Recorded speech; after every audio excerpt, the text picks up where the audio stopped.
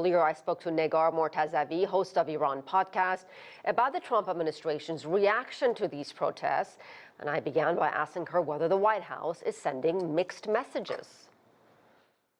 Absolutely, and this is not in theory anymore, because back in June, when the U.S. was negotiating with Iran, Special Envoy Witkoff was scheduled to meet the Iranian foreign minister in Oman on that Sunday. Came the Israeli attacks a few days before that. So if this was in theory in the past, when some in Iran would say we can't trust the U.S. even when they're negotiating, now that has become a very serious concern, that they feel like maybe the path to diplomacy and negotiation is actually a ruse, a sort of trick or a bait to bring more military action. So it's going to be very hard. Essentially, what's happened is a diminishing of trust between the two countries to the point of absolute suspicion. So pulling off diplomacy, if this is a real path, is going to be very difficult, and is going to require a lot of trust building.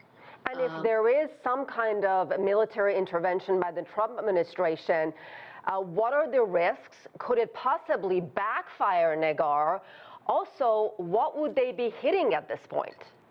That's a great question, and it's a question for many of us watchers, because we hear how the military intervention is going to bring freedom to Iran or help Iranian protesters, that they would sort of retaliate for the killing of the protesters, and the images coming from Iran are horrific. But how is this hard power, this intervention from the outside, exactly going to look like, and how it's going to help people on the ground is unclear. We know the president has said he doesn't want to commit boots on the ground, so we're not looking at an Afghanistan or an Iraq model, but are we, for example, looking at a Libya model with sustained bombing campaigns from the air at regime strongholds?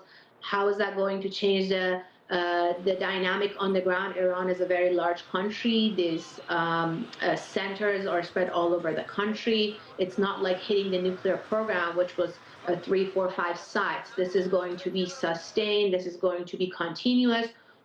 And it may as well very much backfire, just create more chaos inside the country. Part of my conversation with Negar Mortazavi.